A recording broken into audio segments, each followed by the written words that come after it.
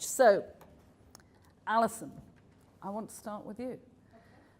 One of the problems we have is AMR is faceless. We need people like you who understand the horror and actually stop it being just numbers. So thank you for sharing your story, being prepared to go public. One of my asks, and I think you'll probably add it to your asks, is, oh, World Health Organization, why do we not have a code for people who have antimicrobial resistance? We have different infections, but no code for that. So the data is never going to be as good as it should be. So I add it to your asks. I'm putting pressure on, but one of the themes you will hear me say is that we need a face to this. We need to do more. Even though we're all doing our best, we've got to do better. So I want to say how honoured I am to give this second talk, and I appreciate being here. I want to apologise for being a few minutes late and leaving rather promptly, but as you will see as I talk about what we're doing, we have a very exciting conference in Berlin, a call to action on AMR tomorrow and Friday, and I've been doing masses of media that's, I think the expression is, in the can for Friday and everything, in order that we continue to raise awareness and draw attention. Now, a lot of you in this room know a lot more than I do about AMR and all of this. You're experts. So I don't really need to tell you about the severity of the problem, but I am going to talk about how we need, because we're not on top of this, indeed, arguably very little has happened, we need to keep working at this. I think ANTRUK itself knows this as well as I do. And my role has been to give a political voice to this and bring the politicians into it. But we're not going to get to the right place if we don't bring in the leaders from all levels. And that may mean the staff nurse talking to patients. It is the GPs. That was lovely having a GP on that film. I thought it was great. As well as leaders of research teams, the private sector, ministers, and everyone. And as I will come back to, I think we've done a lot of talking. I actually want the globe to move on to taking some action. You will hear that I'm fairly proud of where we in the UK are and what we've done, but that isn't enough. So have you got the slides? I think you're going to have to concentrate on me, not your phone. There's a reason why I'm the CMO. So I thought I'd start with the CMO. And then I'll clearly focus on the subject of the talk, because it is based on being the CMO that I've managed to bring this subject to the highest level. So if you go to the next slide, what you'll see is that it's a role that's been around for 168 years. Indeed, for 16 men in black and white, and now me. What you need to understand is that this is a unique role in government. I'm appointed to the highest level of the civil service to be an independent advisor to government, the whole of government.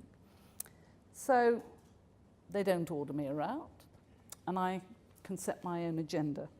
And that's why we've ended up where we have on AMR. I do generally public health. I do very little in the NHS because of the 2012 Act and because I'm doing so much global health. So I want you just to think for a moment about what public health is, because it's much more than healthcare. I know we all love our NHS. In fact, it's seen as our national religion. And I, being a haematologist, have a background in the NHS and healthcare. But the role of the CMO is about looking after the nation's health with a particular remit to public health. I have to take a wide approach, so I'm interested in vaccination, which is germane to today's discussion, prevention of illness. I'm interested in obesity, physical activity, lifestyle diseases, and I'm not going to go into those because they lead to quite difficult discussions. how to make healthy choices to prevent disease. And of course, my predecessors played a key role in the infrastructure of our country, sewage, better housing, and more recently arguing about for tobacco control. And I'm arguing now for action on antimicrobial resistance and actually alcohol misuse. So each CMO brings a very unique perspective to this. And I, as you heard, have come from a clinical science background. I use evidence as my underpinning for everything I do. And I've done this on a number of areas, and some of you may have seen my report on genomics in June. Many of you will have seen the role I played publicly in communications on Ebola, though you won't have seen the work I did in government on making sure we got things right. And that's where AMR comes from. Next slide. So I'm going to touch on a few key messages, though clearly many of you will know much more than I do. And what we did was we got Prime Minister Cameron some work done on the figures and the size of the problem. And even I was surprised on the size of the problem. People are already dying. We reckon about 25,000 in Europe and 25,000 in the States. And I think that's why we need the face. It is not understood that people are dying of this, and that's why we need a coding, because that would give us some of the data. And it's very likely to be an underestimate. So it's quite difficult to work out exactly what's happening because of lack of data. And that, of course, is one of the reasons that the government has given us 265 million as the Fleming Fund, remembering the inventor, well, the discoverer of penicillin, so that we can support low-income countries developing their laboratories and getting their data together. Disproportionately, infections, and therefore AMR, impact on the yuppies, as I've been told they're called. The young, the old, I think I'm fast approaching that, the pregnant and the immune compromised. And I was interested as you talked about the urinary tract infection. Did you know that most urinary tract infections, most septicemias of leukemia patients, I'm a hematologist, come from our own guts?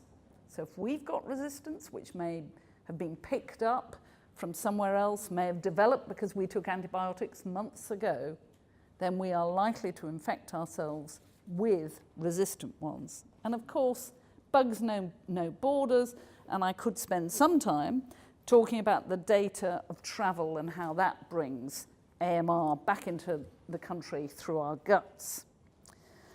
So, still on this theme of faces and making it a reality of people, I was delighted when I was in Norway in June at a really interesting meeting. I was invited by the Minister of Health, so I thought I was going to a Scandinavian meeting of ministers of health.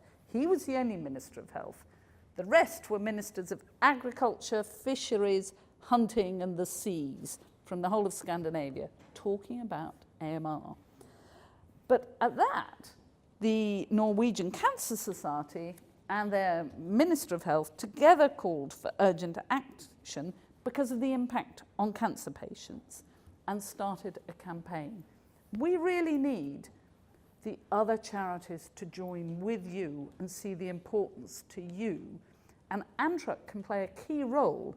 I mean, one of the themes of what I'm talking about is we need ANTRUK because you have flexibilities, you have reach, you have the public in it to do things that I can't do as CMO or government can't do. So we welcome Alison, we welcome the other stories you bring. They're terribly important. Now, we know the O'Neill Review predicted if we do nothing, by 2050, we'll get at least 10 million deaths a year. I could tell you we'll also lose the equivalent of the UK GDP to the world economy, and that is significant. When he click 2, yep, you're getting there. When he published this, the World Bank said, hang on a minute, this is not right. This is far too big a figure. So after a couple of years of kicking, shouting, pushing, pulling, whatever, we got them to do their study. And they showed this, equally bad or worse data, and that actually over 28 million extra people would be driven into poverty if we don't do something. And so this is really serious. And if we don't sort this, the Sustainable Development Goals that in 2015 all the countries of the world lined up to deliver, we can't deliver the SDGs. And that is actually the case I'm making at the international level. And if you look at them, not only does effective antibiotics and antimicrobials underpin health, but the sanitation and hygiene one is terribly important, the education one, the fisheries, everything is underpinned by having effective treatments and cleanliness and prevention. Now, one of the issues I've been learning since I stumbled on this issue is actually the complexity of it. And I could go through this at length, but I guess most of you know. But it feels to me as if every time I go to an expert meeting and I pick up a stone, I find AMR under there. Because wherever there's infection, there's some problem. And so I'm learning that companion animals are pets and they can carry MRSA and other things. But actually, I was horrified to find out about fish farming and how in many countries, antibiotics are just tipped into the feed with them. So those of you who follow my tweets will know that the Norwegians have led the way and Scotland followed with vaccinating salmon and trout in their fish farms. And as the protein yield has gone up, the antibiotic use has come down, and they have used a real whole systems approach. So you can see what a complex issue this is to address. At the national level, though I'm proud of where we are, and I'll show you a bit about that, let alone the international level.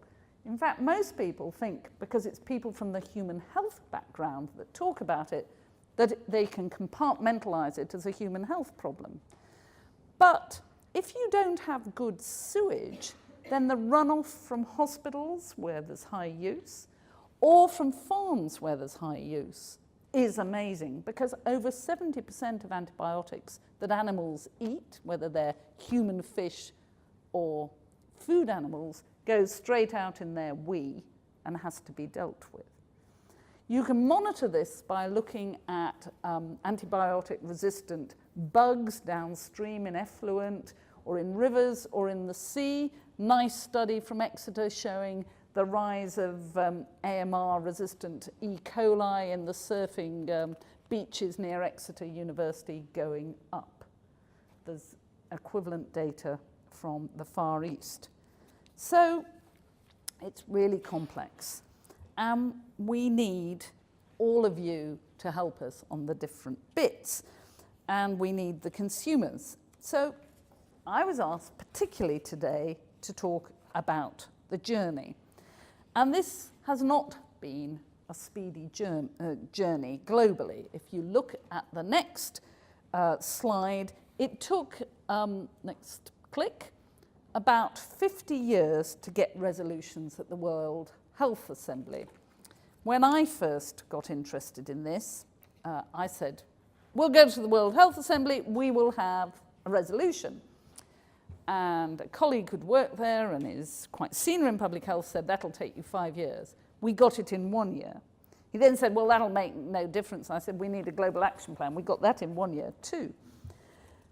But the momentum really did accelerate when we got that global action plan in 2015, and it was then adopted by the Food and Agriculture Organization, that's a UN organization in Rome, and the Organization for Animal Health, the OIE, in Paris.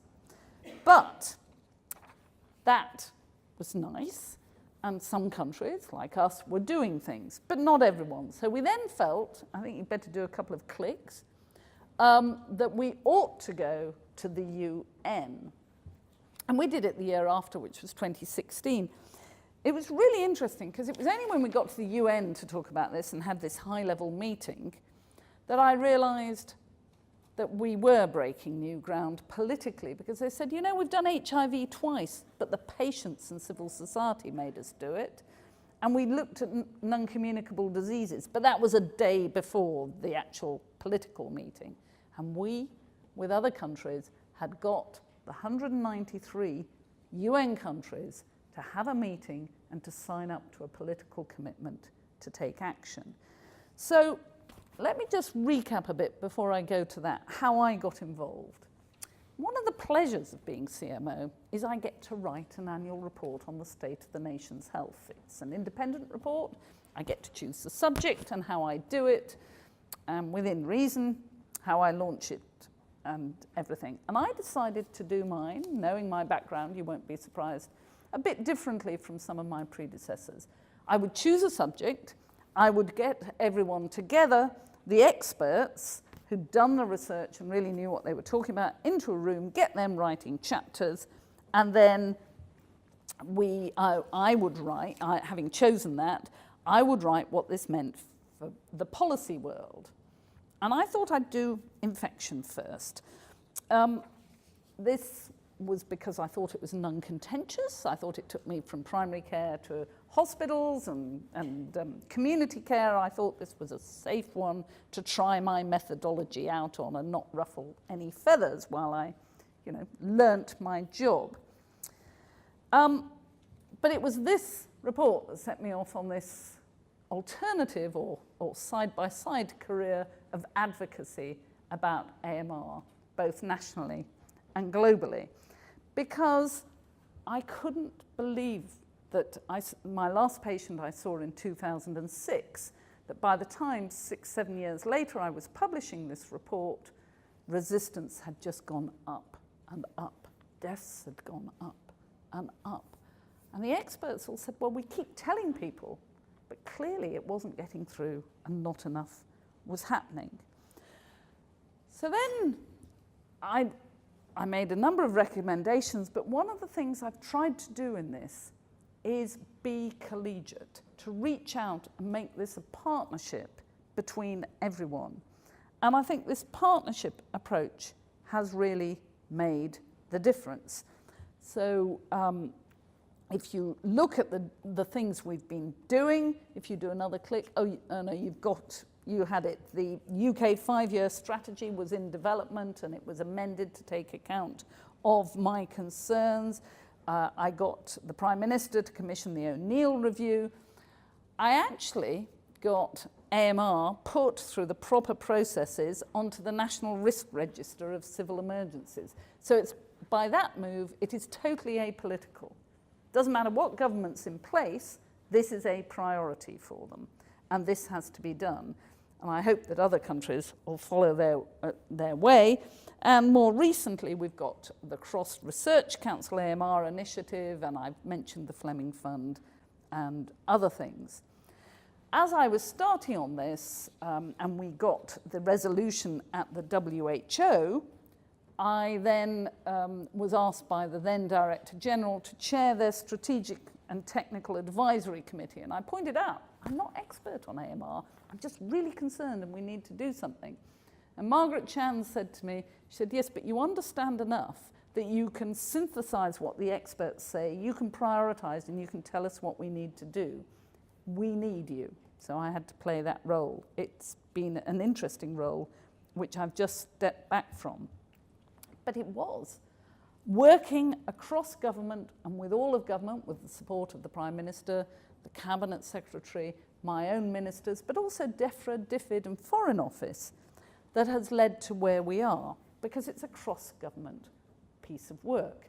We would not have got the WHO resolution without the Foreign Office. We would definitely have not got the UNGA resolution without the Foreign Office. Diplomacy played a key role, and my golly, I am proud of our Foreign Office and how well they negotiate and what they can deliver. It's been fantastic.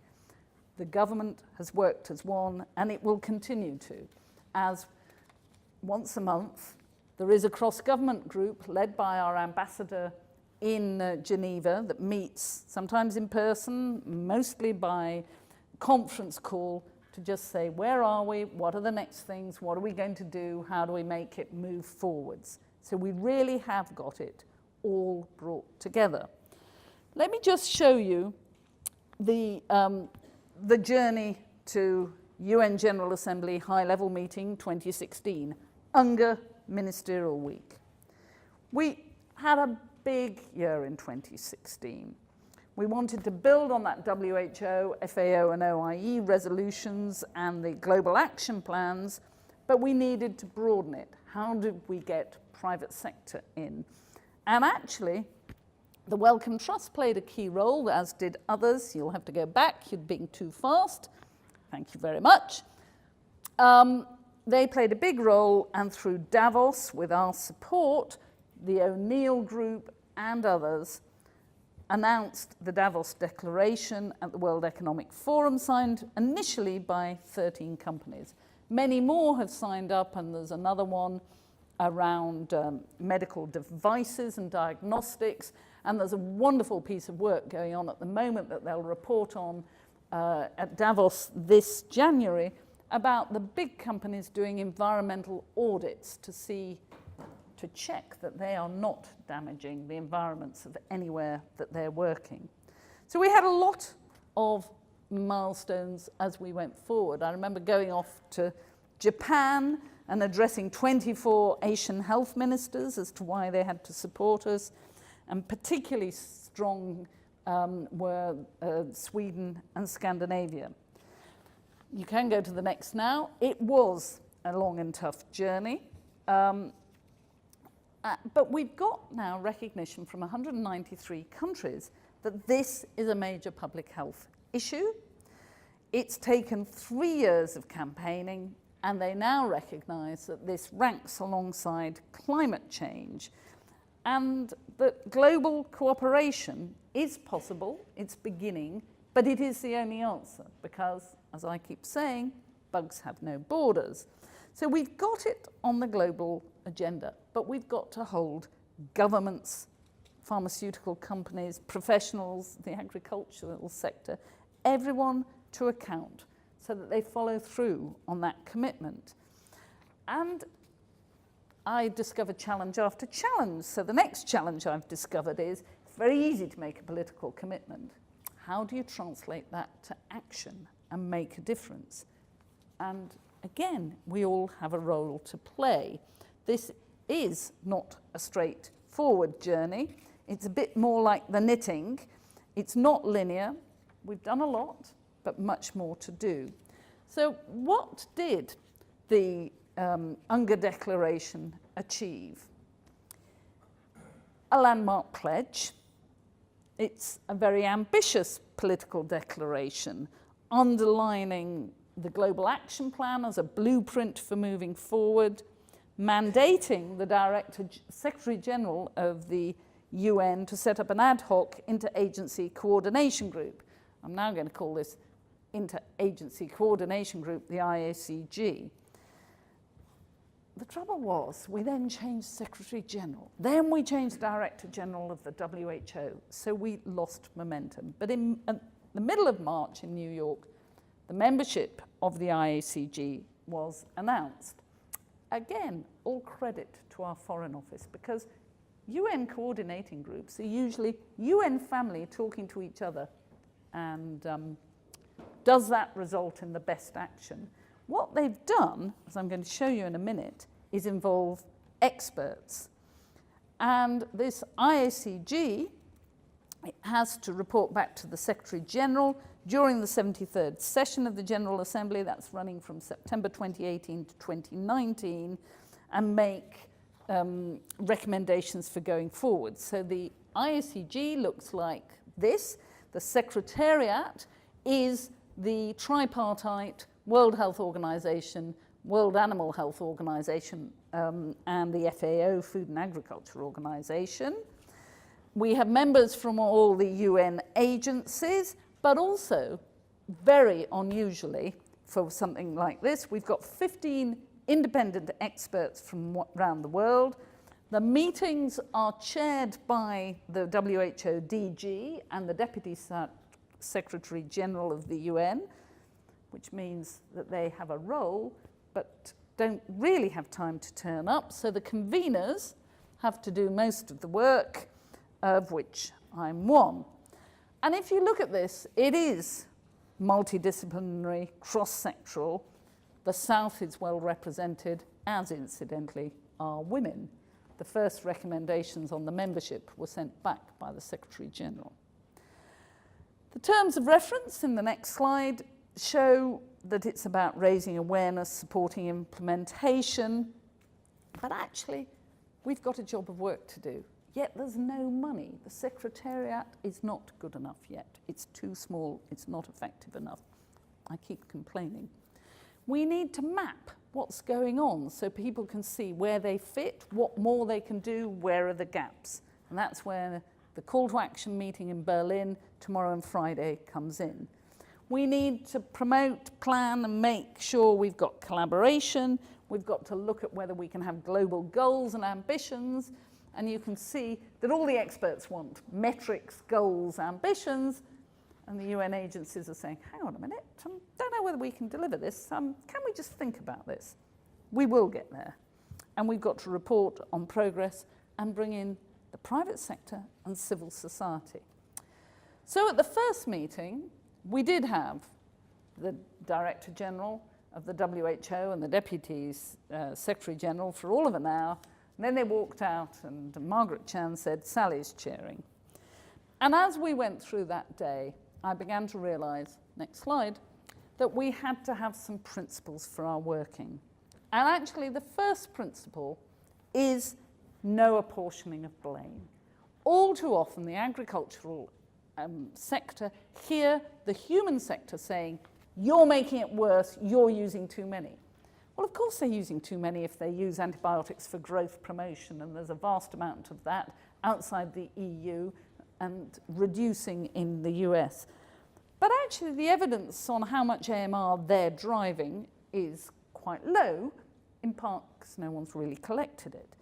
But it doesn't help to go forward apportioning blame or shaming people. We have to take them with us. So we developed these as we went forwards. We need to take a systems approach. We've got to promote best practice. This is about, is it good enough? Has someone done it that we can build on?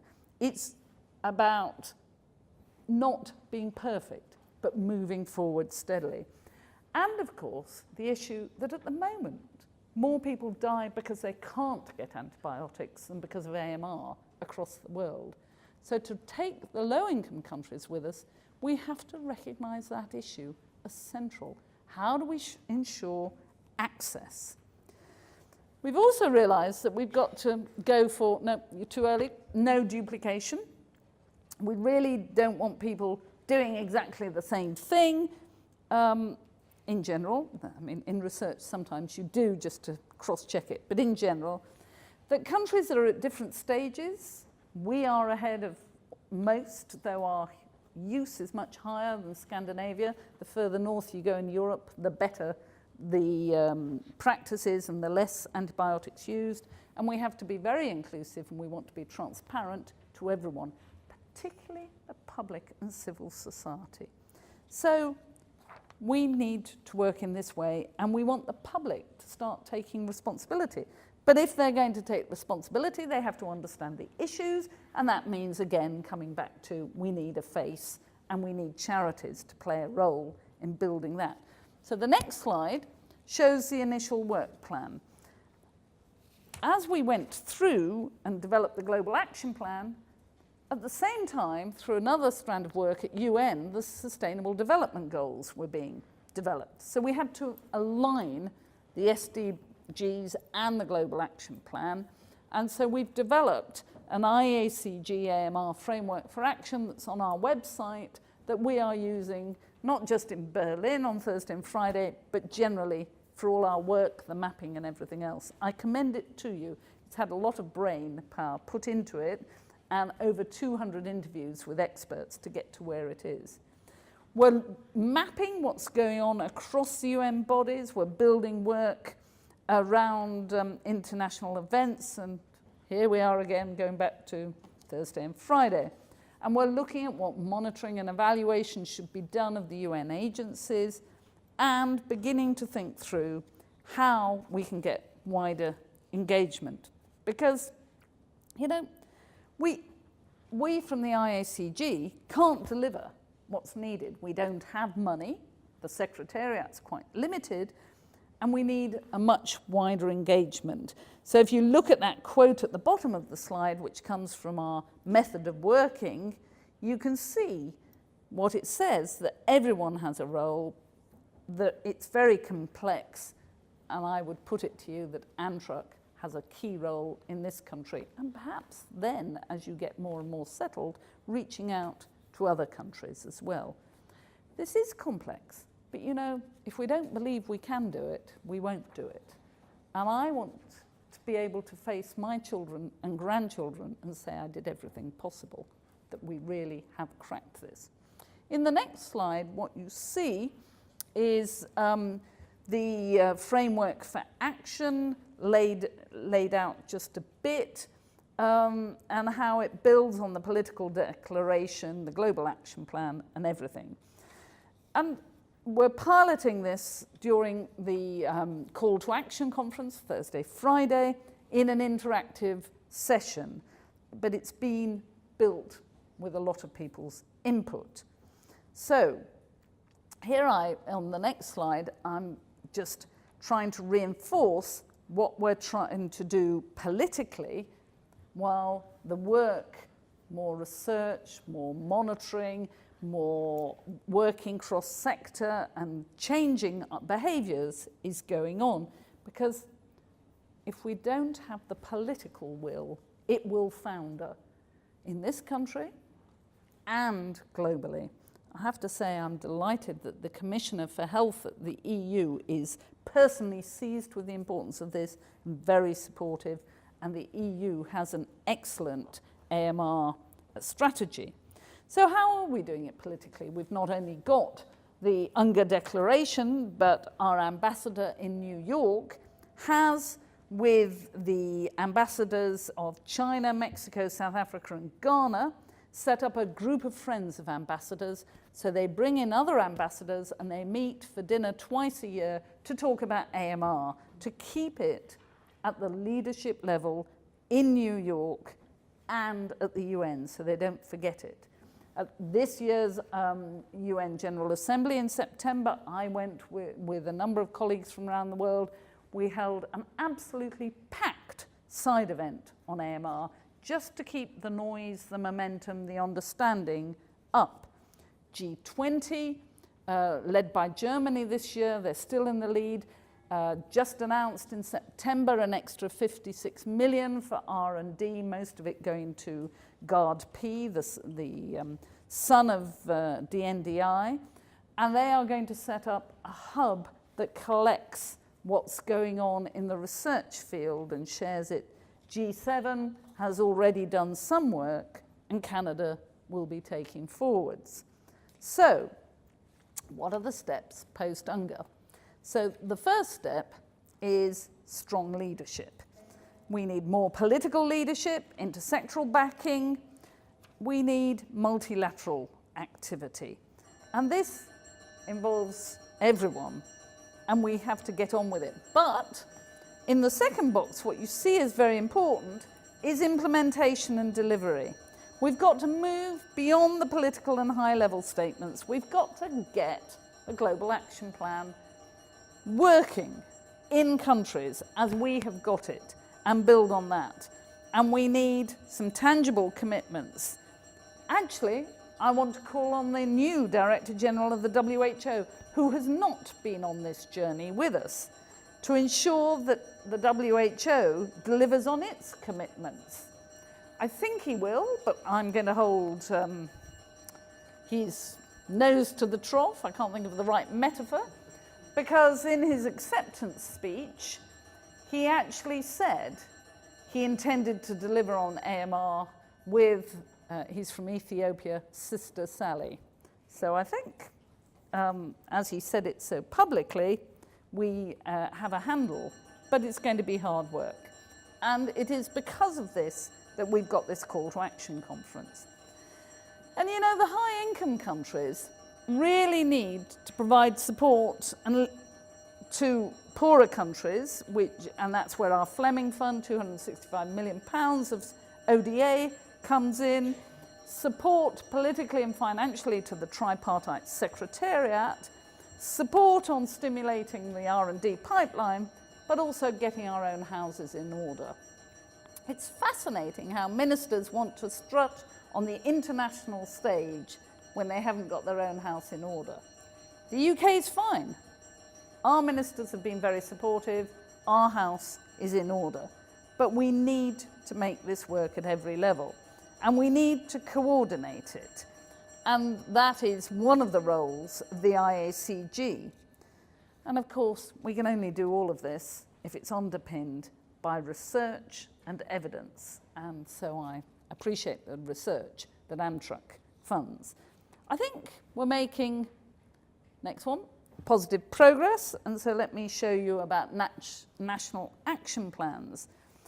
The WHO Secretariat reported to the World Health Assembly at the end of May this year, 67 countries having completed their national action plans, 62 in the process of doing so. So that covers 90% of the world's population, but a third haven't yet engaged. And that shows you both the strength and the weakness of a political declaration, because all of them signed up to having a global action plan by this World Health Assembly. It is very difficult. We need to increase country ownership. We're going to have to get AMR issues into budgets and plans for national governments, for donors, as well as leveraging existing programs. And we need national governments to take ownership long term, because even if we give them initial pump priming support, we can't fund their health systems for them. So they need to understand how serious it is and how sustainable and permanent change will be needed. They could take a leaf out of the UK book and put it on AMR on their government risk registers if they have them. Because in this room, we all know there's sufficient evidence already that we must take action now. And then we've got to embed it and mainstream it. Our own, next one, right, and then the one after, our own 5-year plan is pretty good. I published my annual report in 2013. This came a few months later. We've been working in co-leadership with DEFRA and PHE for the implementation. So it is One Health, truly. It isn't human health led, but we need contributions from all the sectors. Human health, social care, livestock, food, retail, veterinary, the research councils and research funders, academics, pharmaceutical, biotech industry, everyone. We agreed initially that the success would be measured through a series of outcome measures, including trends in resistance and improvements in antibiotic prescribing. And I can report to you some success in reducing antibiotic prescribing in both the human and the animal sectors. We're particularly interested also in push funding. This is how do we stimulate companies or academics working, and then it'll be moved across to companies to make new antibiotics, to make new diagnostics, or to innovate and have different ways to prevent infections, different ways for growth promotion of animals. How do we make this move forwards? And I'll briefly mention the Fleming Fund in one of my next slides, but we do need a lot of activities and we need it coordinated. If you do the next one, what you'll see is we have a model, which is the next one, yeah.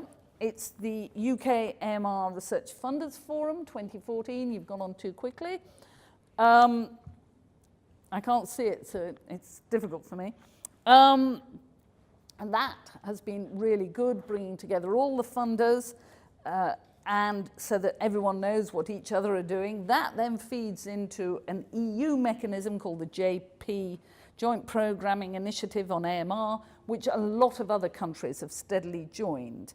And presumably that will feed into this German hub, though I think the other way of doing it is to ask them to go even broader.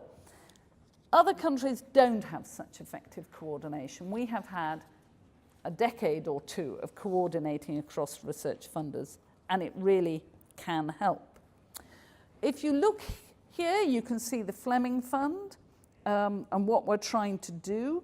And they've already, with support, Sharon Peacock was mentioned earlier, she's played a key role, delivered a roadmap for improving lab capacity and initiating surveillance in low resource settings. We've given grants to WHO, FAO, OIE so that they can prepare their national action plans. We've delivered a pilot in Vietnam.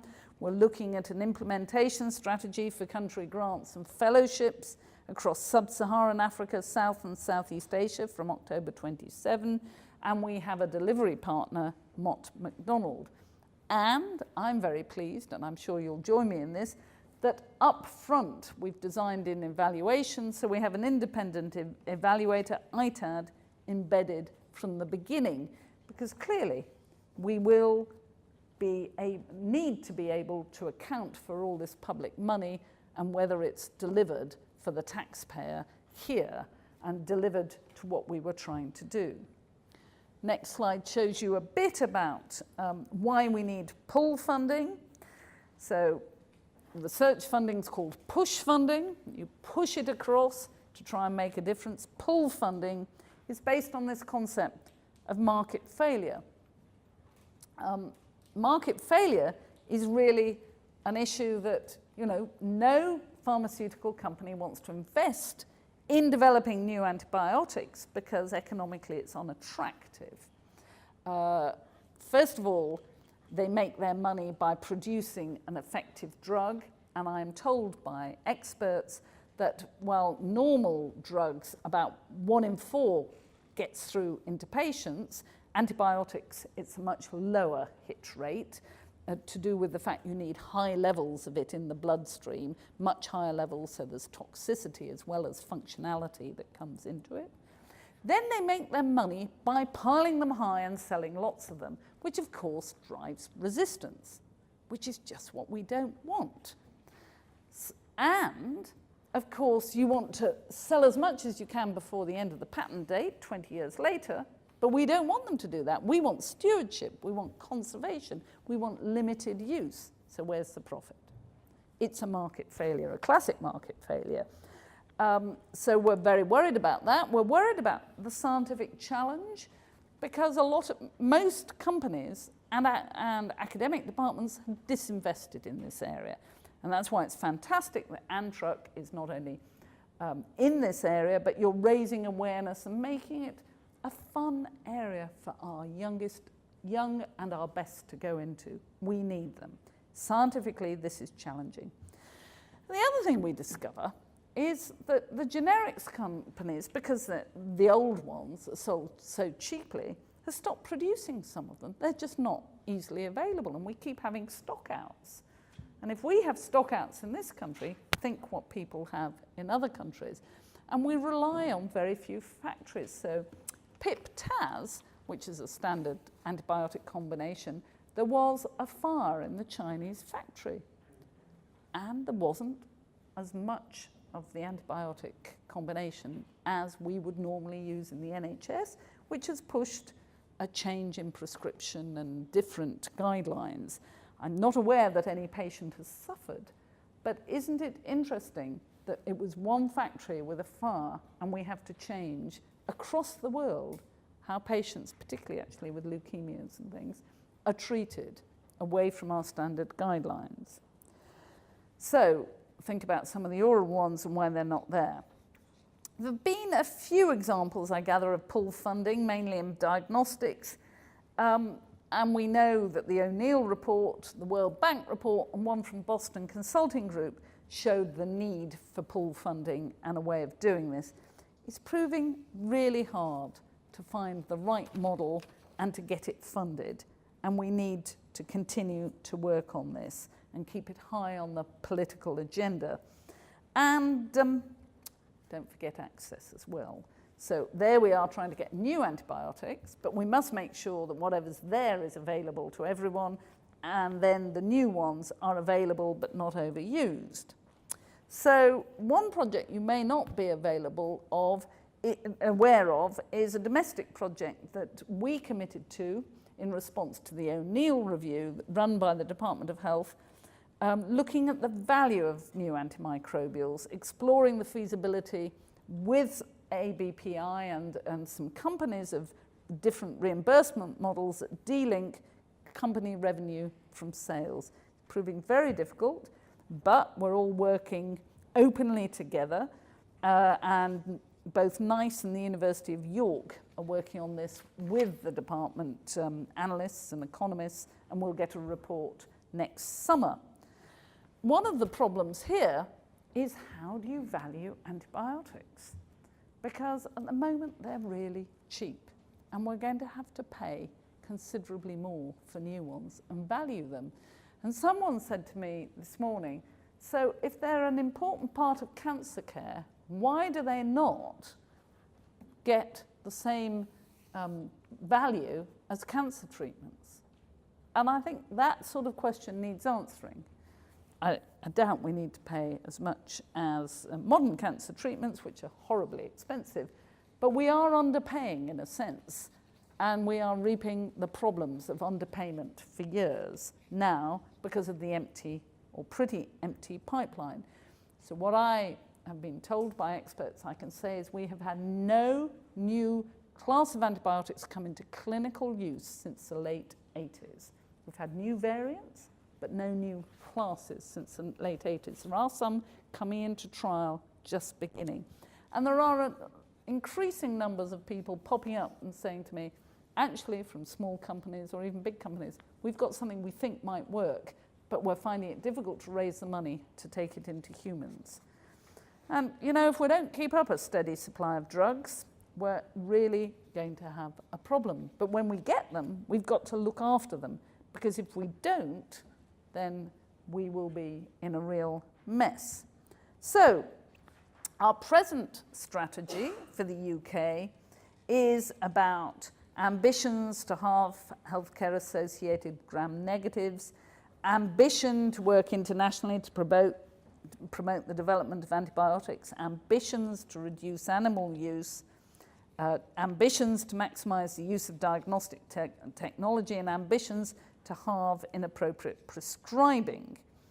And actually, all of this work is ongoing. It's being underpinned by better data, research, and lots of international collaborations. In the last year, we've built research collaborations with India, China, Vietnam, Malaysia, Brazil, and there are other countries we're beginning to work with. So we're really doing a lot from this country.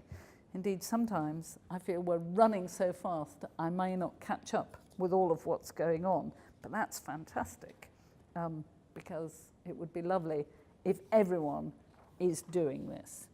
If you look at the next slide, what you'll see are Lord Jim O'Neill's recommendations and what he wanted us to do, 10 recommendations, and we've responded to all of these.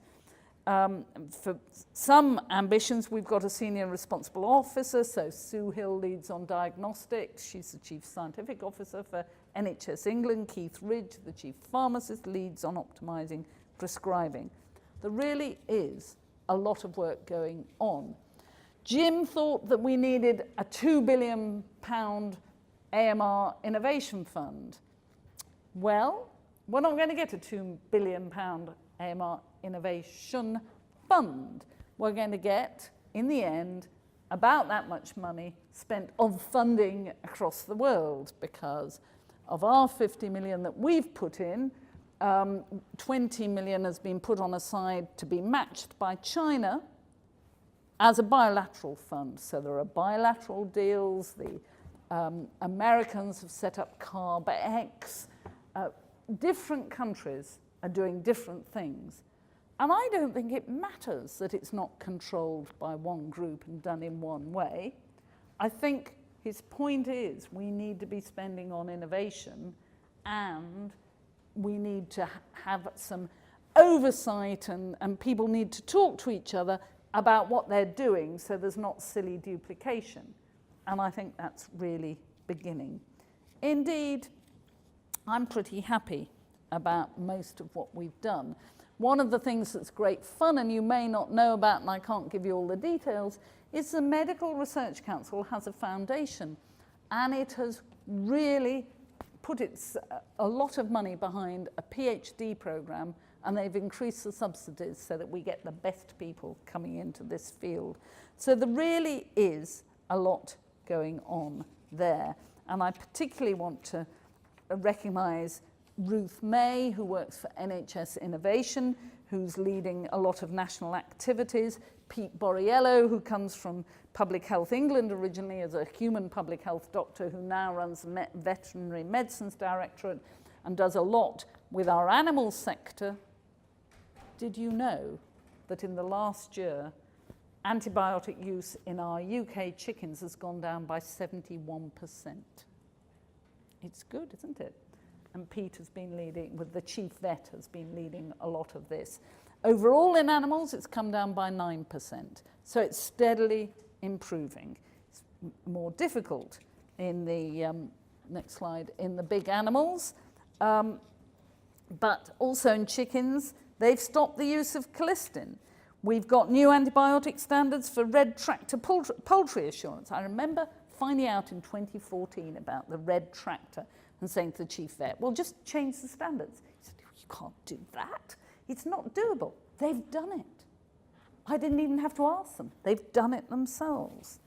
So, and that reduction of over 70% in chickens was at a time when meat production went up by 11%. So that's really impressive what they've done. And they're publishing their data annually, as are the others.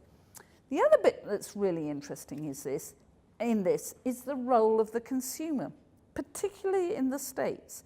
So KFC announced its chicken will be free of medically important antibiotics for humans, and we need more of this globally. I was taken by Jim O'Neill in New York to Shake Shack. We've now got one here in Covent Garden. We may have more, because they say antibiotics never used over their thing. McDonald's have made commitments. Starting next year, they're implementing a new broiler chicken antibiotics policy in markets around the whole world, which will require the elimination of antibiotics defined by WHO as highest priority, critically important to human medicine. And that's just the poultry sector. They're then moving on to pork and beef. Or you can go for companies like Spoilt Pig in this country, where if an animal gets sick and needs antibiotics, it's separated out and sold separately, and it'll have no antibiotic residues, but not sold as part of their main part. So, going forwards, we're in the middle of a strategy refresh. Where are we going in the UK? Which means we're evaluating our current strategy and plan. That's been led by the London School of Hygiene and Tropical Medicine through the Policy Innovation Research Unit. We're engaging widely with stakeholders. RAND set up a gaming workshop, One Health meeting in November. We've got a human health stakeholder meeting at the end of November. Veterans Medicine Directorate are doing the same on the animal side. We have this group, which isn't up there. It used to be RHI, but anyway, this expert group giving us input. We're looking at what Sweden has done over the last 20 years, trying to learn from them. And there's this high-level steering group bringing together all of the different departments and experts that I chair, and we're getting input from industry.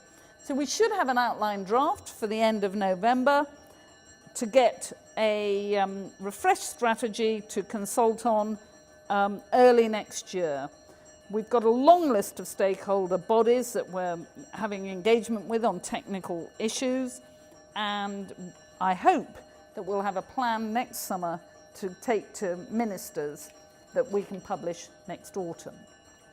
But let me return to something I've been talking about as I've gone through this talk. We've taken it to the highest political level.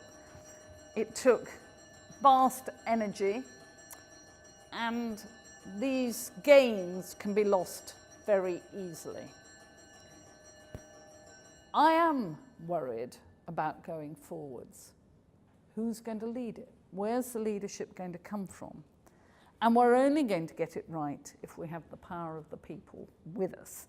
So the top bit here is from the Norwegian cancer people and what they're trying to do.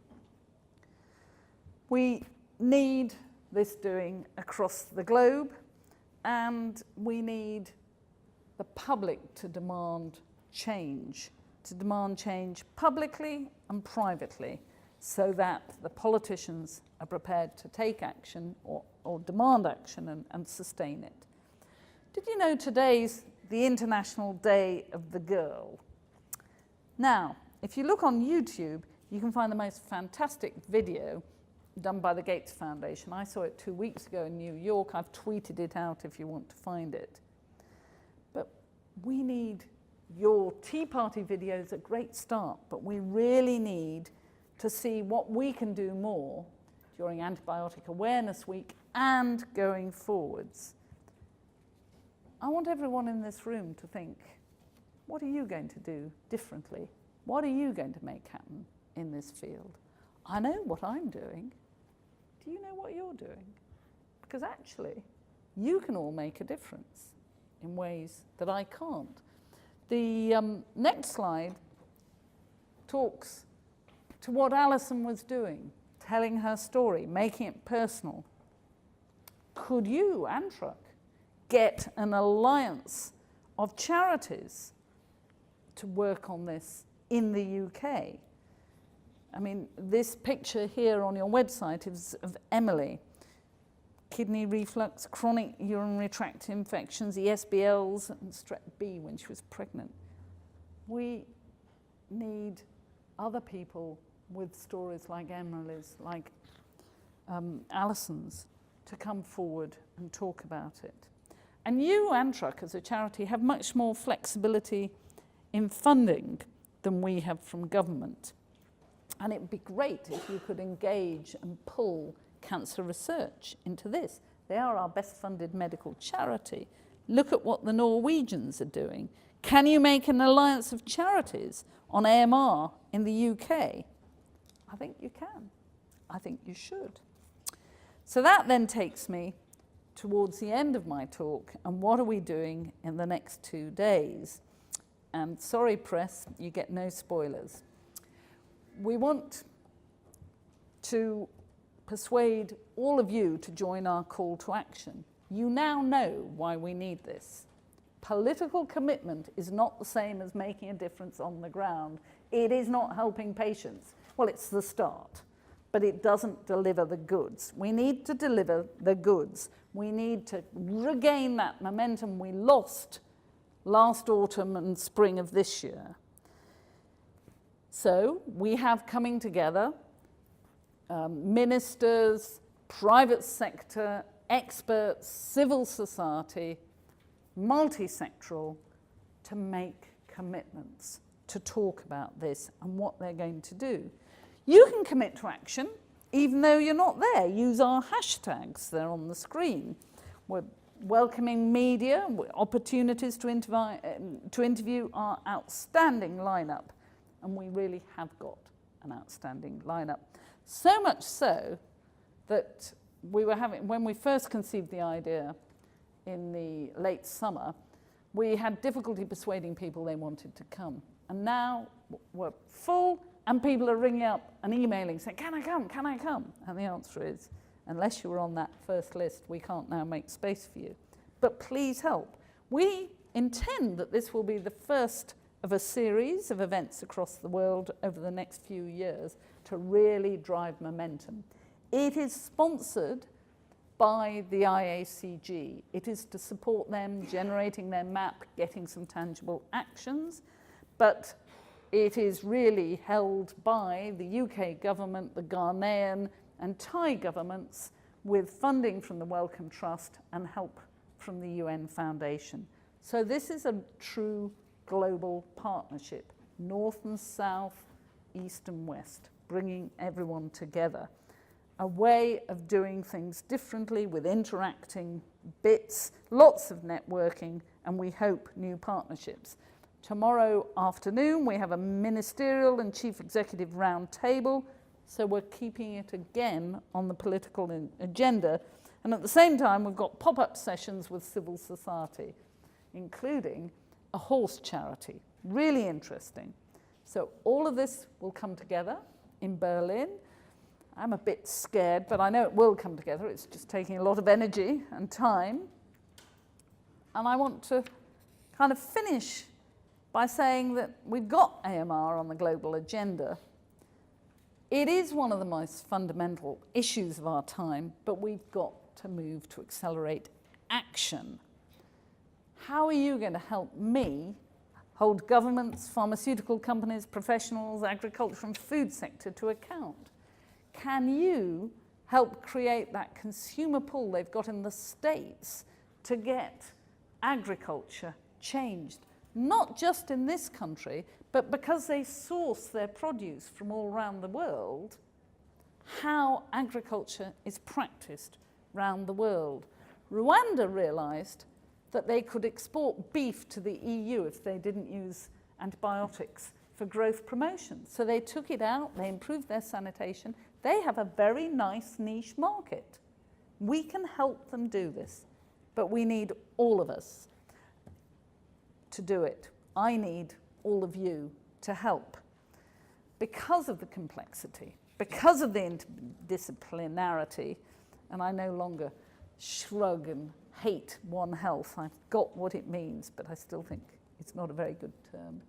Bugs know no borders, so we can know none. This is international. We've got to engage all the communities. We need leaders at every level. We need leaders on every ward in our hospitals, leaders in our primary care, leaders in our poultry farms, everywhere. And of course, I want to finish where I started. I use the evidence base and data to inform policy. So we need more evidence, we need more data, and you'll learn over the next couple of days some of the things we're doing to increase that. I am proud of what the British are doing. Our government has been stalwart and strong. I was asked at a meeting on where I was speaking about AMR in Geneva yesterday, did our Prime Minister know about AMR? And I was able to say proudly, without briefing, she spoke about it at the G20 and its importance. It is a cross-government movement, trying to get this right, playing it out as a UK global health issue. We have so much more to do, and you can do it. Thank you.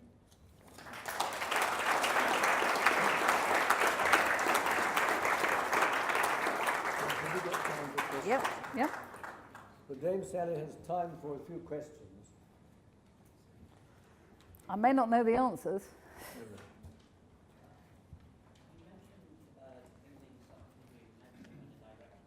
Could you speak up? Yes, sure. You mentioned, Dame Sally, that we lost some degree of momentum when the Director General and the Secretary General moved away.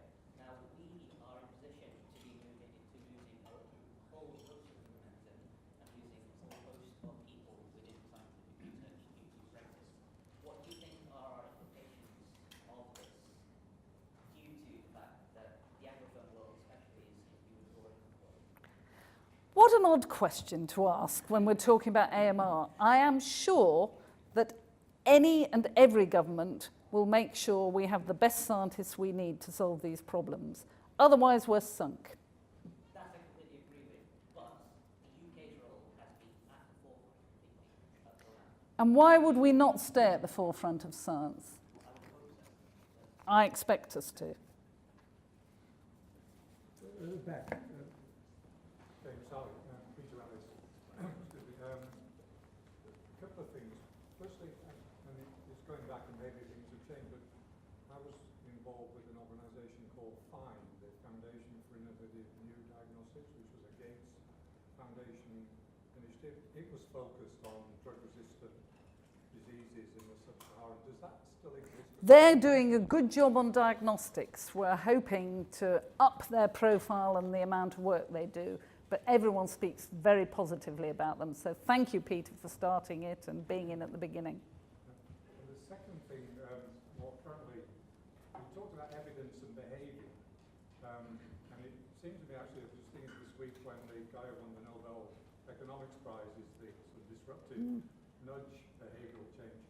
I didn't see anything in your discussion around the strategies for changing behaviour, because certainly I'm currently involved in some Canadian initiatives which have been focusing on using some of those techniques and have been adopted by the Canadian Public Health Agency, which we're talking about here, that there are ways, and very different ways, which don't cost money. And I hate to say it, but the use of sort of sob stories and some of the traditional media, the evidence is not there to show that it makes an impact.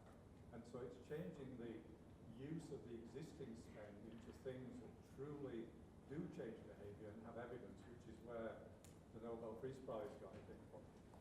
So I'm delighted to tell you we lead the world on that. And we did the first trial for AMR in this, and a letter went over my name to half of the top 25% of prescribers in general practice, pointing out that they were in that group and they might like to think about this, and not the other half. Antibiotic usage dropped, and it was sustained at a year. So we are experimenting with different ways which are essentially free. Absolutely agree with you. The more we can do in that way, the more we can learn, the better.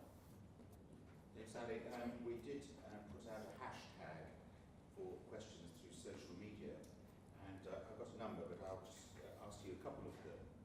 So the first one was, and I'm sure the pharmaceutical industry will be interested in this, it said, what further incentives will government give industry in the face of a broken business model? The Longitude Prize will not be enough. So I would agree the Longitude Prize is great for raising awareness and trying to find an affordable diagnostic that's rapid and can work at the patient's bed. So it is playing a role. But for more diagnostics and innovative treatments and interventions, we need more. I do think that we risk the pharmaceutical companies and industry sector saying, this is now government's problem. Now you've recognised as market failure, it's your problem. And I spoke to the chief exec of a major company who said, oh, we're getting out of anti-infectives, we're going for cancer. So I said, so when I get cancer and my oncologist says to me, you've got cancer, I can give you an anti-cancer drug that'll probably work, but you'll probably get an infection, and you know, with AMR as it is, you could die. What am I going to say? I might say I prefer my bucket list. So I think, A, they have a social contract with the public that they should recognise. And Jim O'Neill was very interesting. He said, you'll end up like bankers, the pariahs of society. B, they need to protect the rest of their portfolio. C, we need to work on this.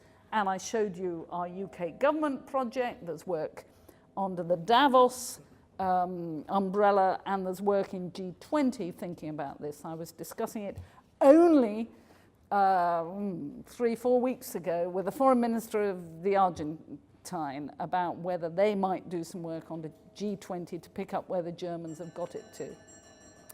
But they should not be left off the hook.